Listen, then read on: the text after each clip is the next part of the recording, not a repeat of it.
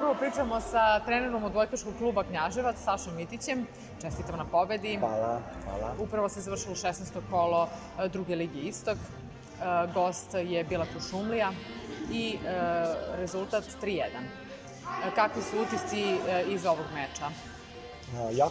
Jako težak meč za nas. Znali smo da će kao utakmica sa Borom ova utakmica biti jako naporna zbog načina na koji protivnik igra i zbog njihovih godina. Dosta su iskusnije od našeg tima, što je drugi set i pokazao.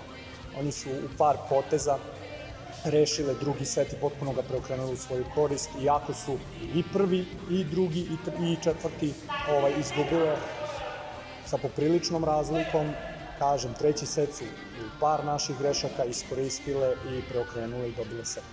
Da li je ovo bila možda neka odlučujuća utakmica? Mi se nadamo da jeste, mada će i sledeće kolo protiv Majdanpeka ovde, ponovo smo domaćini protiv Majdanpeka, biće i tekako odlučujuća utakmica što se tiče opstanka u drugoj ligi za ovu sezonu.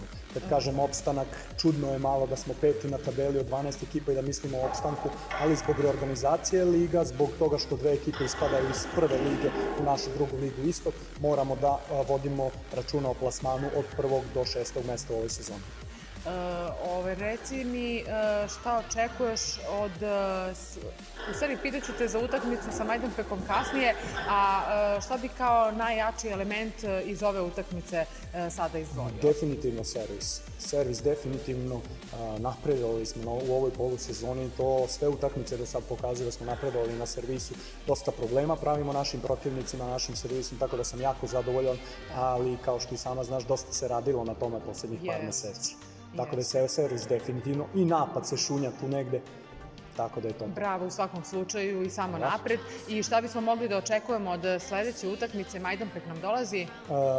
Možemo da očekujemo ogromnu borbu naših devojčica, zato što je to za nas biti ili ne biti, kažem, iz više razloga. Možemo da očekujemo divnu publiku koja nas iz utakmice u utakmicu prati i možemo da očekujemo, ja se nadam, pobedu. Ja želim pobedu tebi i devojčicama u svakom slučaju i želim dobre treninge do sledeće utakmice. Hvala puno.